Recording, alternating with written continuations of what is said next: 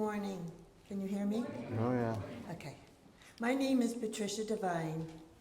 My pronouns are she, her, and hers. I am a member of the Worship and Music Committee, and I will be your worship associate this morning. If you are visiting, please consider signing the guest book, which is back in the foyer where you come in, because once you've signed it, then you'll be able to get our e-blasts and our news of what we're doing. If you have any questions, please ask the greeters.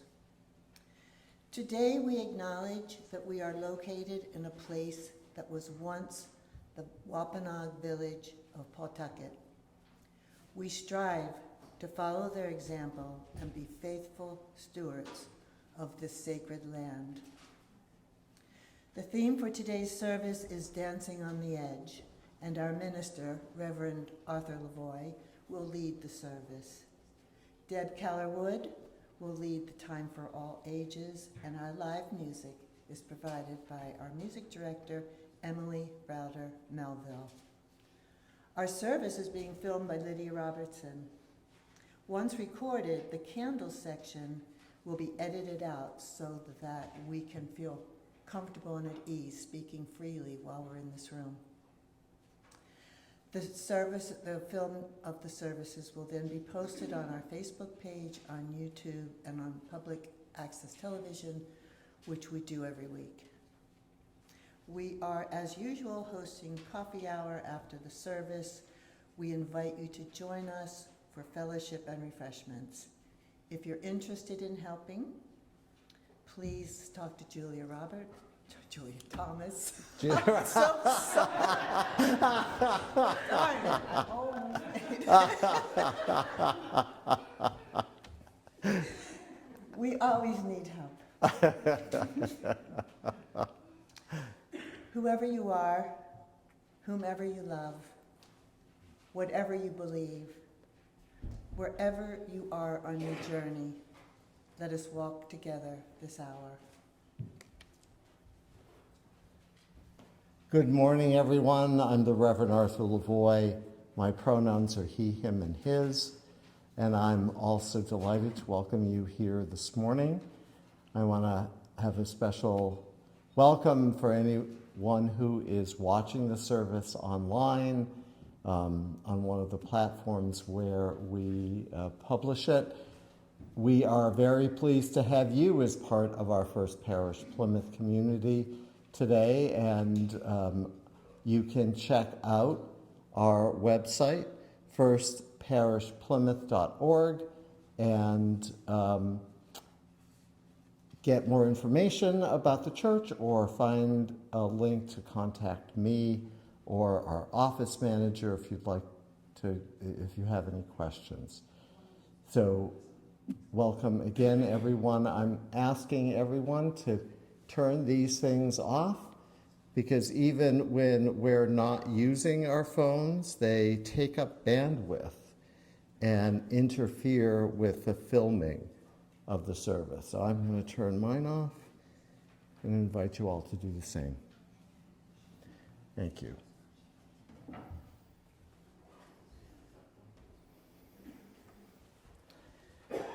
The call to worship this morning is by Reverend Christine Robinson.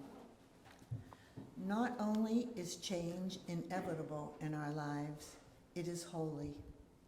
It invites the new into the world, makes us co-creators, and reminds us of what we deeply value.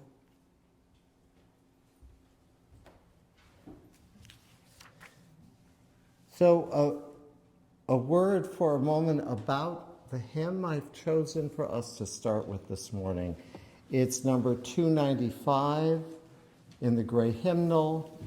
Sing Out Praises for the Journey is its title.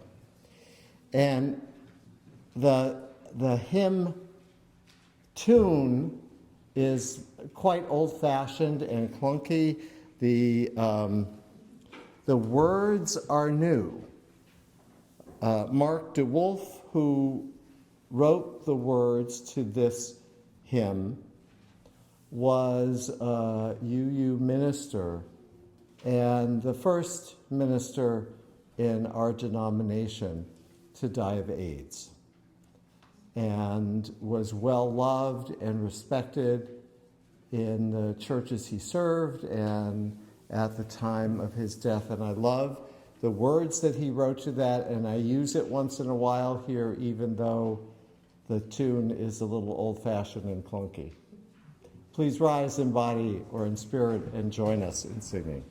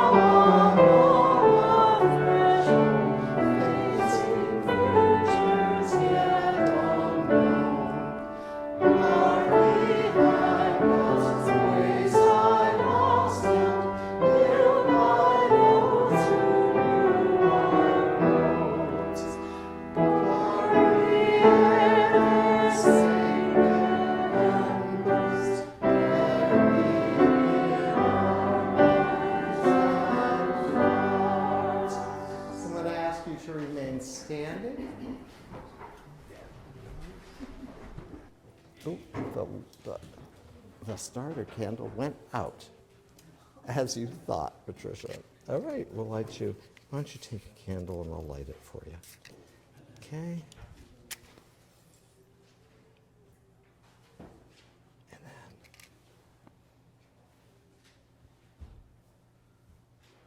And please join in reading the covenant, which you did so much of an exploration of last week.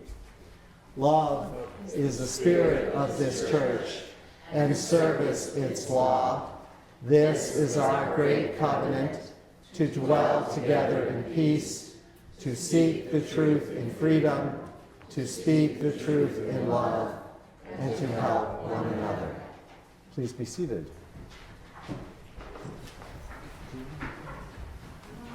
No. Okay.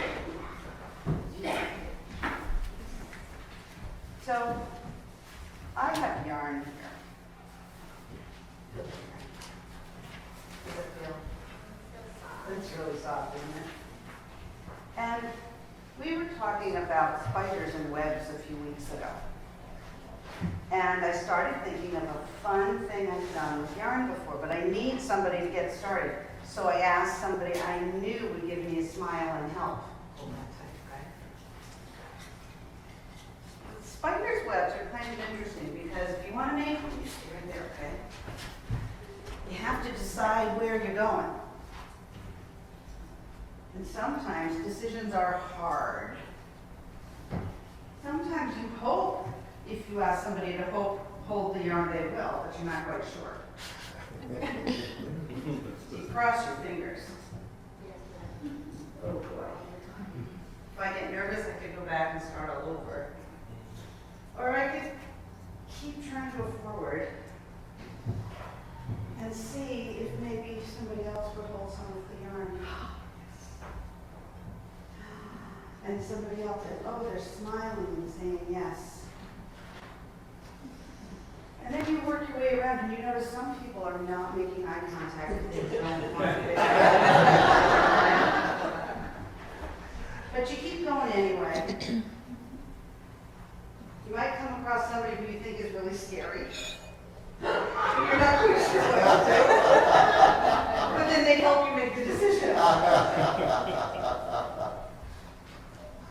And you keep going around and around thinking, what am I going to do next? Ooh, where should I go?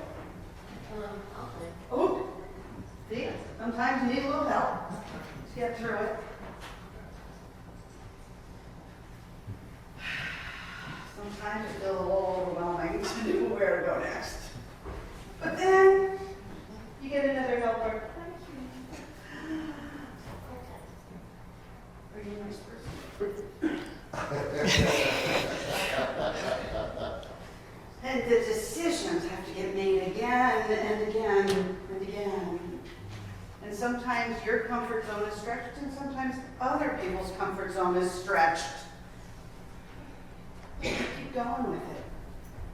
And you realize that you've gotten all over the place, making your web.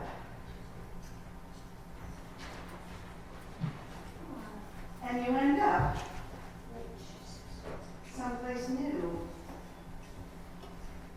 Now, for the challenge to all of you. If I start to wind up my web,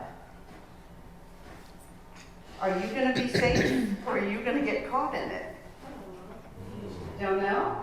All right, so as I wind, go ahead and let go when it comes to you.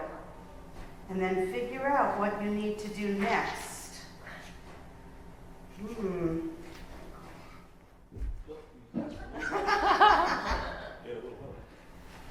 what?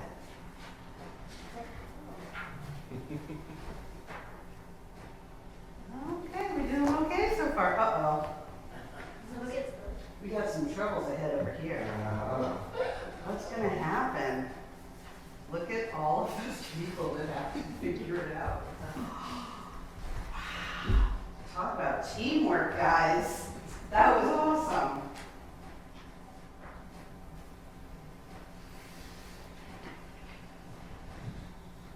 Almost there.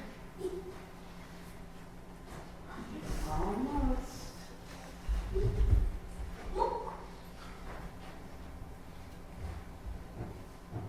Did we do it?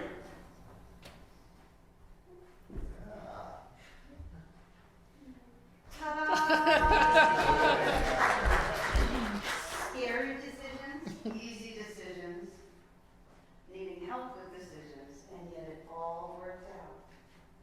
We're going to take the kids on a journey of learning and discovery while we talk about decisions. This little light of mine, I'm gonna let it shine. This little light of mine, I'm gonna let it shine. This little light of mine, I'm gonna let it shine. Let it shine, let it shine, let it shine.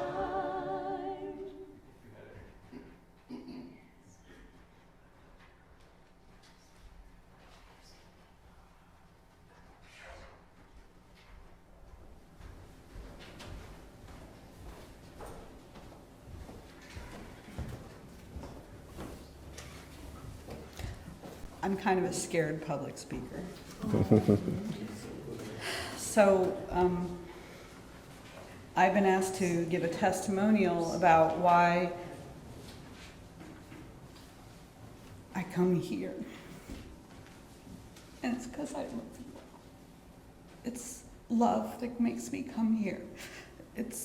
See, this is the thing. When I do public speaking, I end up crying, and I hate that. But anyway, this is one of the things that I love about the church, that it pulls the real emotions out of me. Like, I feel so authentic here. I wrote something down, but I feel like that's like not as important as just knowing how authentic everybody is here and how supportive it is. It's a community that makes you feel safe to believe what you want to believe. It makes you feel safe to come in and be your authentic self, your true self. You don't have to be religious. You don't have to believe in a God, but you do have to be present. And coming here kind of brings out the possibility of your best self. And so coming here, it bookends your week. It gives me a schedule. I love volunteering. It makes me feel happy to be part of something. I like to be needed. You're needed here. We are all so needed here. Every one of us. Whether you're here for one day, whether you're here for, every week, that's not important. What's important is that when you're here, you're needed. And when you're not here, you're missed. And I think that there's just nothing else like it. You can kind of find that in school when you're a kid. You can kind of find it like maybe with Girl Scouts or Boy Scouts or whatever. You can kind of find that belonging. And I think that one of the most important things of coming here is this feeling of belonging. I've always been kind of an other in a way because my mom was an atheist and my dad was a Unitarian minister, and I've been to every kind of church. My mom in her great wisdom had us go to Sunday schools of every kind of Christian and Catholic and Baha'i and, Quaker. We went to every year a different Sunday school. It was a terrible idea. It really confirmed our atheism and our love of the Unitarian Church. And I think that is a terrible idea, but also it grew me. I know what's out there, and I know how good this is. And I guess we have it good. We have it good here. We love each other, we take care of each other, and we don't put false expectations on each other. We don't we don't say, oh, they're going to hell because they didn't come last week, or they don't believe like I do. We don't necessarily say they're going to heaven because they were such angels. The thing is that's your own personal theology. Your relationship with God is your own business, and it's not your business what somebody else's theology is. And that's another beautiful thing about this church. I love it with all my heart, and I encourage you to find that best self in yourself here too, and see where your journey leads, because I think it's a beautiful place to be for me, and I think we all here want to help each other find that space and be our most authentic selves. That's it. Thank you.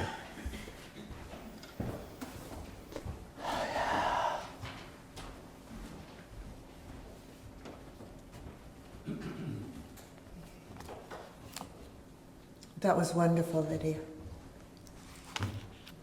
The reading this morning is entitled Thresholds, and it's written by Arlen Goff. Thresholds. We cross them every day, from room to room, from outside to inside, and back again. From here to there, from anywhere to everywhere, from age to age. Each threshold offers an opportunity for change, for renewal, for transformation, from what we were and what we are to what we can be. In this hour and in this place, we cross a threshold from our day-to-day everydayness into space and time attuned to the other, to the sacred, to the holy, into an awareness of new life pregnant with possibilities.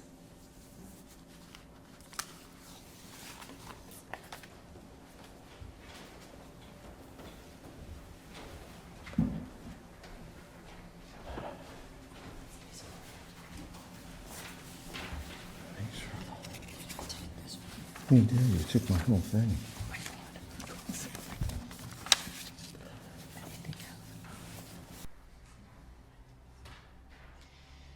So I am not actually singing Tracy Chapman's New Beginning. I'm going to let Tracy Chapman do that herself. And, you know, for obvious reasons. And I just also, but I did put the words here because sometimes, you know, we can't always understand. So if you want to read along, you may. I also want to say that this is it's a very strong statement, the idea of tossing something away that is broken. And if anyone feels like, oh gosh, we can't do that, that's not realistic, I want you to just think about maybe just if there is ever something specific and small in your life that you realize, yeah, I can actually truly start over. You know, so maybe can be less overwhelming as a message.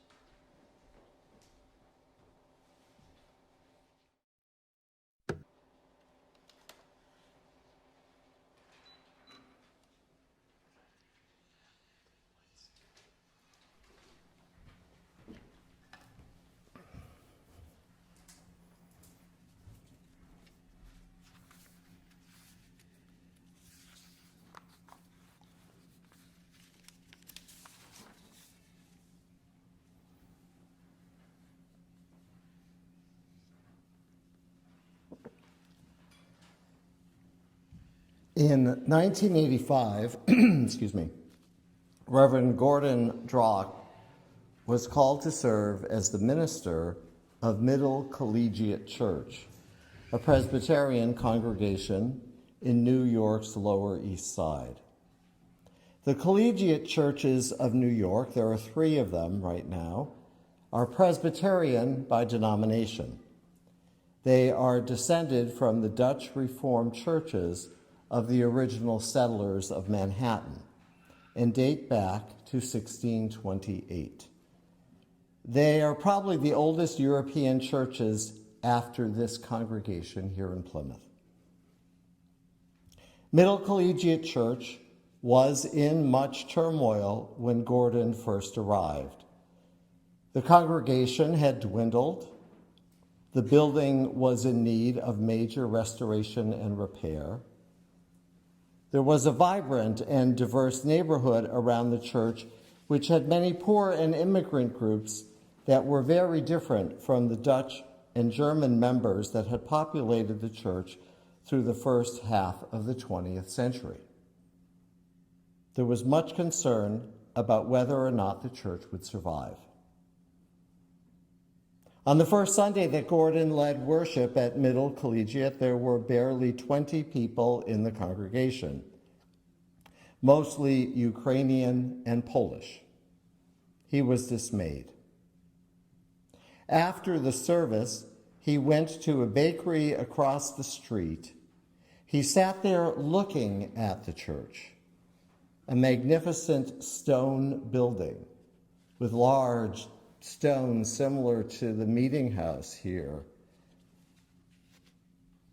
He longed to create a church community that reflected the diversity of the neighborhood. He began to imagine that all of the large stones that comprised the facade were actually doors, portals, thresholds, through which many diverse people could enter the building and feel welcomed.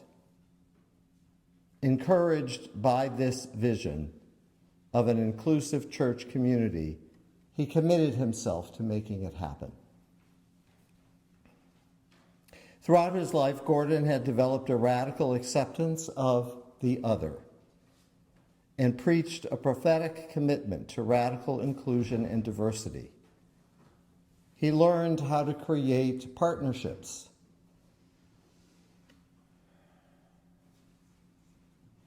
with people within the congregation and out in the community. And everything was brought back to be celebrated in worship. Middle Collegiate Church is now held up throughout the country as an inclusive community that transcends the boundaries that usually separate people. For those of you here this morning who are relatively new to First Parish in Plymouth, let me explain a little bit about what is happening today. All Unitarian Universalist congregations are independently incorporated and own and manage their own property. Ministers are chosen by the congregation and not some denominational authority. Each church is financially independent, and many of us, this church included, operate on a fiscal year that runs from July 1st through June 30th, much like a school year. So every year, right around this time, we conduct a pledge drive and ask members and friends to let us know the expected amount that they would be able to donate during the fiscal year that will begin in July. Then we can put together a budget, which members will vote on at the annual meeting in June. Now, there are packages of pledge information in a box here on the front pew for everyone. And we want to thank Jen Crean for creating the new pledge flyer that you will get in your package. It's really beautiful. And Amy Palmer and Kim Capel with help on the design, and Jean, our administrator, who came into the office yesterday to run them off and get them packaged up. Everyone did a great amount of work this week. And to Douglas, also thank you for heading up this year's pledge drive. The packets that aren't picked up will be mailed out to people today, on Tuesday actually. Visitors and newer folks also have packets and can pick one up so that it's for your own information so that you know what's going on, without any expectation that you are ready to make any kind of a long-term financial commitment. For everyone, a pledge is the anticipated amount that you expect to be able to give. We know that people's financial circumstances can change and that your actual level of giving might be less or even more than what you can pledge at this time. We are inviting people this year to be extra generous in your pledge so that we are drawing too much from the church's endowment, and the finance committee and parish committee, which is the governing body of the church, would like to shift that a bit and draw less from the endowment. So that's just to kind of get everybody on the same page of what's happening today. Now, our liturgical theme this month is transformation. Some people equate transformation with change, but that's not exactly its meaning. Transformation suggests a more radical alteration in thinking and behavior, a remaking of something or someone that comes with a new outlook, a new vision, and a shift in priorities. Transformation can occur with individuals, couples, families, and organizations, such as churches. Our focus this morning is on a kind of organizational transformation that you at First Parish in Plymouth are faced with. Next week, we'll talk more about personal transformation stuff.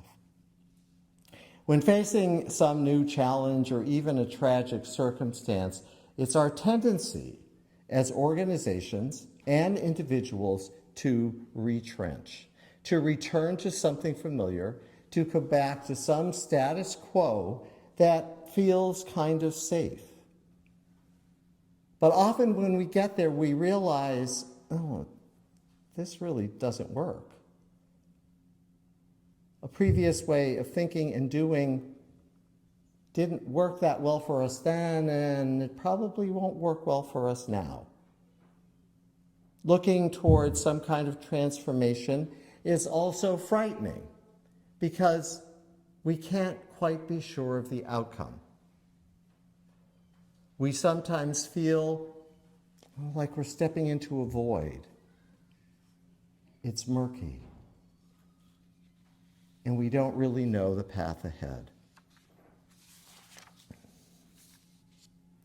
There's sometimes some trial and error involved as we search for the new, something to which we are called in a particular crisis or challenging situation. Clarence Skinner was the preeminent Universalist theologian at the beginning of the 20th century.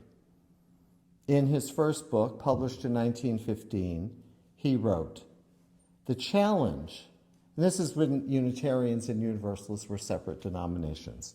"The challenge," he wrote, "for universalism is to embody a religion relevant to contemporary life, a religion which will be founded upon a 20th century psychology and theology, a religion which is throbbing with the dynamics of democracy, a spirituality which expresses itself in terms of humanism rather than in terms of individualism. The traditional Protestant church is dying," he wrote. Kids are having fun.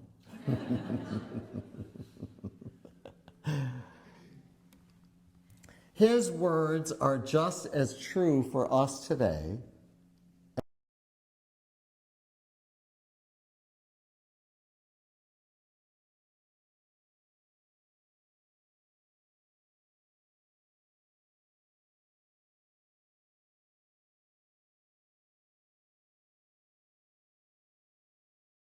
well aware that churches have struggled to maintain relevance in today's world and are dying all around us. They sometimes seem to lack purpose and meaning. People today are overscheduled and aren't joining organizations of any kind. Sunday mornings can be their only downtime, and children's sports have taken over Sunday mornings, making it difficult for families to attend. We have become addicted to our screens and can find nearly anything, including spiritual resources that we want, right there, right in front of us. We think that screen time with other people is as good as genuine, face-to-face human interaction, which we find is really not true. We have become more closed in and polarized and fear talking to people who might have different views.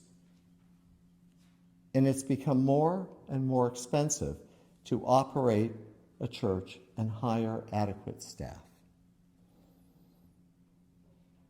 But in the midst of this, people still need face-to-face interaction and spiritual nourishment.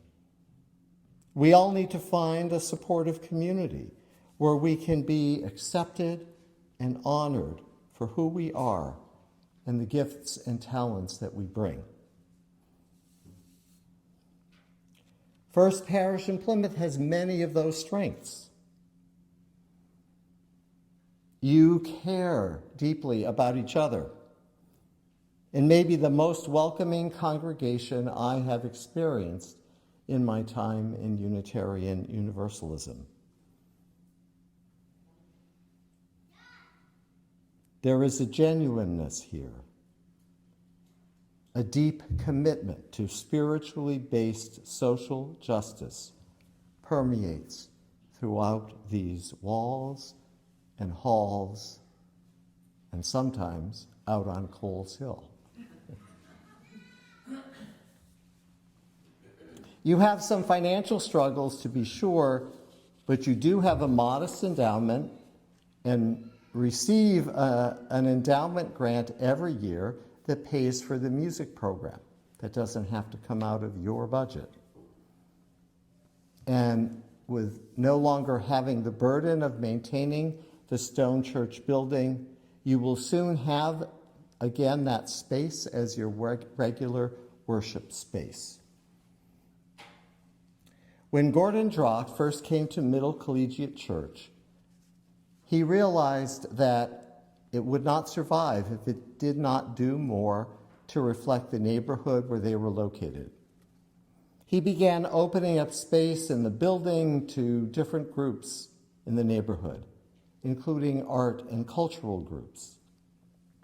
He started a gospel choir and began incorporating different styles of music into worship.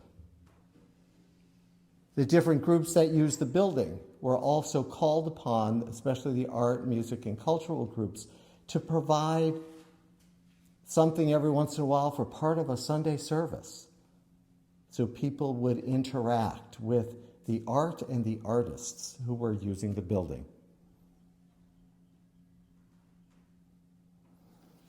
He started one of the first ministries to people with HIV and AIDS in New York City. And all kinds of people in that neighborhood began to realize that Middle Church was a place that cared about their needs and interests, a church that had their back. It took some time, but the church began to prosper and grow and thrive. As Gordon was approaching 20 years at Middle Church, he brought on a dynamic African-American woman, Jacqueline Lewis, to be his associate minister. After his retirement, Jackie succeeded Gordon as senior minister and now heads a multi-staff congregation of over 500 members. Every year in April, Jackie and Middle Church hold a 4-day conference to teach other congregations about Middle Church's model of creating beloved community. I have been blessed to attend that conference twice. Worship was dynamic with music and dance and all kinds of wonderful interactive elements. Speakers were amazing. And I'm pleased to say that both times I attended, about half participants were from UU churches. As you may notice, I've titled this sermon, Dancing on the Edge. When we are facing some challenge or impending change, it may feel like we're on the edge of a precipice, like we may fall off a cliff because we fear the outcome and we don't quite know what's out there. Everything is murky and unclear. In reality, though, most of the time, once we have taken the leap or the step into something that will transform our lives, not merely change them, we realize that what we were crossing was more of a threshold that's described in our reading this morning, not a precipice.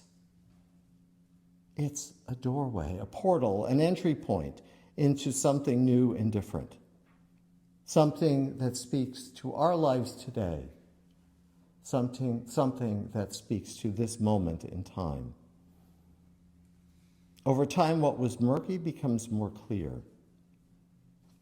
And that certainly happened to Middle Church under Gordon's leadership. There are a couple of really important things to remember whenever we face such times in our lives, both individually and corporately. The first is that you never have to be alone on this journey. Sometimes you do have to make new friendships and connections with those on the other side of the portal, the threshold, and let go of some of the people from your previous life. This can be painful and very sad, but can be necessary for all of us for our growth and development. The other important thing to remember is to have fun along the way. Take a look at our hometown honeys on the cover of the Order of Service. They're a group of women who come together every couple of years to put on a dance skit for the church's talent show. Oh God, I just had this idea. Let's get the hometown honeys to help lead the Lord of the Dance on Easter. I'm putting it out there. We're going to start recruiting for the Easter service at the end of the month. So let's keep dancing at this threshold time, together with friends and other church folk, enjoying each other and working toward a common vision of whatever is next. Amen? Keep dancing, and blessed be.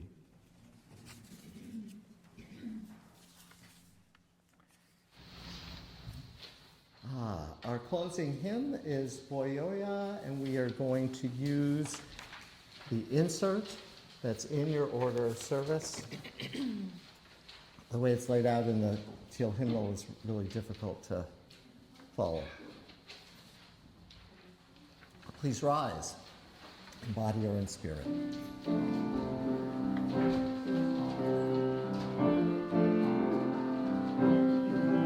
We are going, Heaven knows where we are going, but we know within then we will get there. Heaven knows how we will get there. We know we will. The hard we know, and the road will be muddy and rough, but we'll get there. Heaven knows how we will get there, but we know we will. we are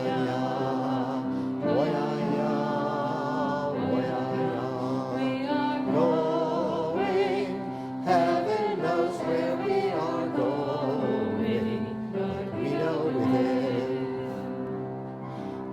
we will get there. Heaven knows how we will get there. We know we will.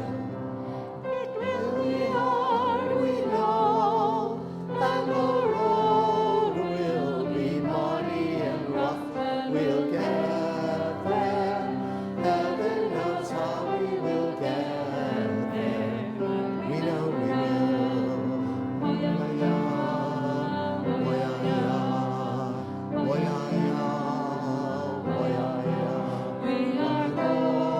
Going, heaven knows where we are going. We know within we'll get there. Heaven knows how we will get there.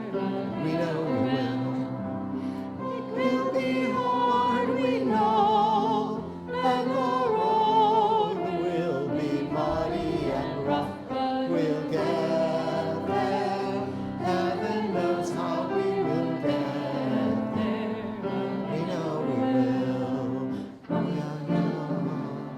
Oh yeah, yeah. Oh yeah, yeah.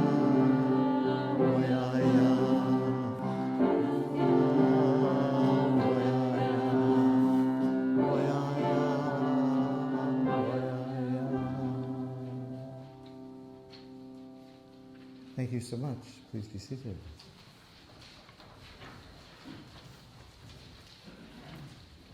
Your commitment and contribution to this congregation spans many different types of, as Lydia said in her wonderful testimonia, many of us want to do things of service. And here you get an opportunity to do that. But here we also need your financial contributions to the work and the ministry of First Parish in Plymouth and those donations will now be gratefully received.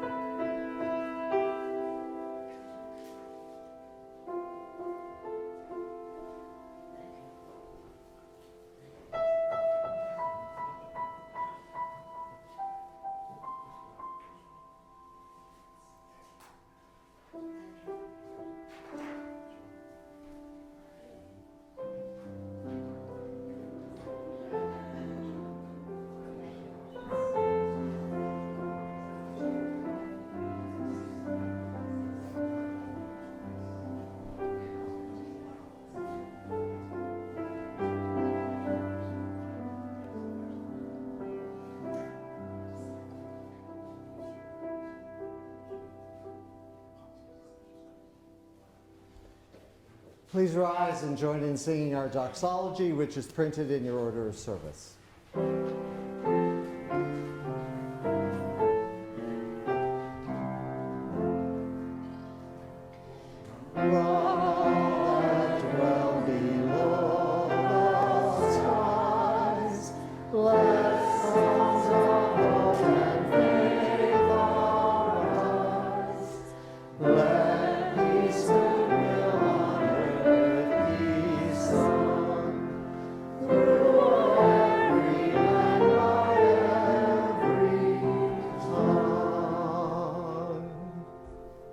Please be seated.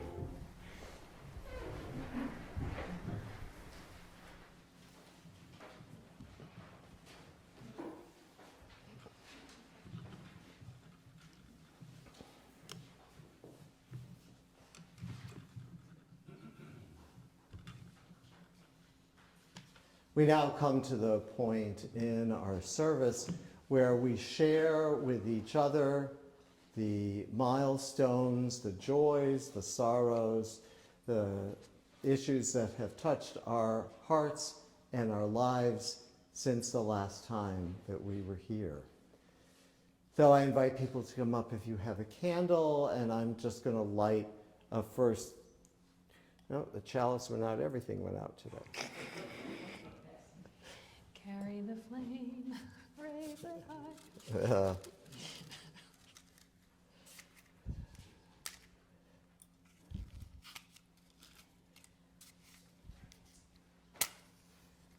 Let's see if we can rekindle the chalice here. Okay. And I just want to light the first candle to continue to hold in our prayers the ongoing crisis in Palestine and Israel, and that war and conflict that has taken so many lives.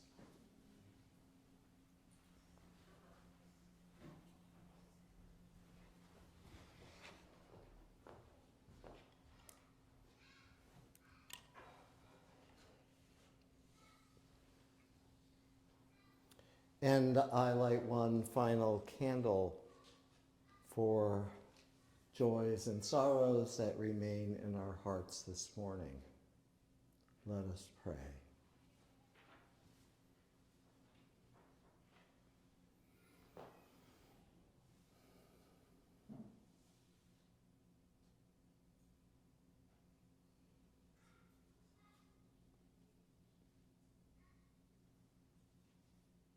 The world is on fire. Our country is on fire, literally and figuratively, with the wildfires in Texas right now. Last year it was Canada or California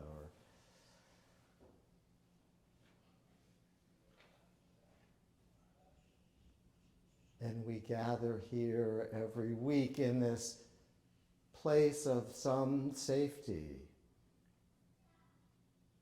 where we can be ourselves with each other, where we can be real, where we can talk about the issues that are happening deeply in our lives.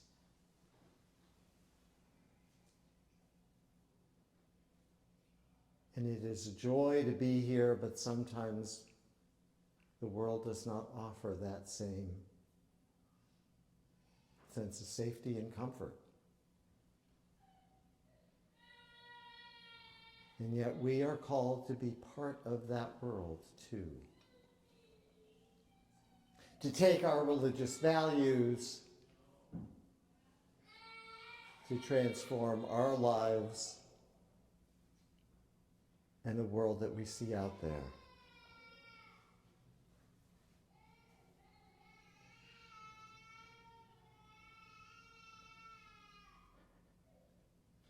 Poor Theo. Let's say a prayer for Theo and his parents this morning.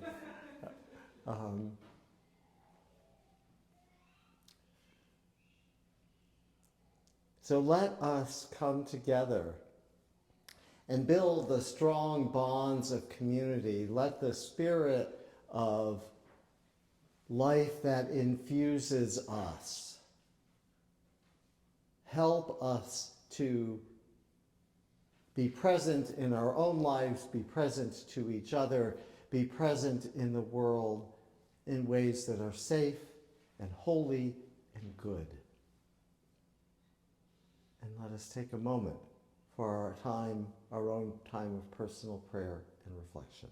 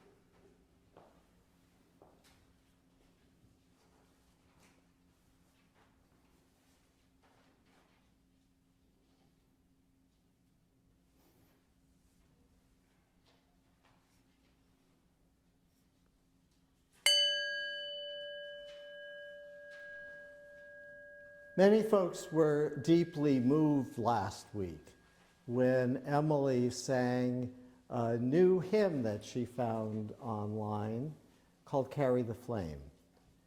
So there are words in your order of service on that sheet with the Tracy Chapman song, and we're just going to sing the chorus a few times, I guess, and so we're going to start incorporating that hymn more and more into our life of this congregation because it's just so beautiful. Yeah. So we're going to sing it twice, a cappella. If you were here last week and kind of remember it, please feel free to sing along the first time. If not, just listen and join in the second time. And we have this also, just want to say we have these beautiful lights here and the beautiful chalice. So if you know the words and can sort of look up at that image as well or feel that flame inside you, that's great too. So it goes like this. Carry the flame, raise it high, set its beacon through the sky, keep it strong and shining through the pain. Let it rise and let it grow. Let it light the world you know. Let it glow. Carry the flame. Carry the flame. Raise it high.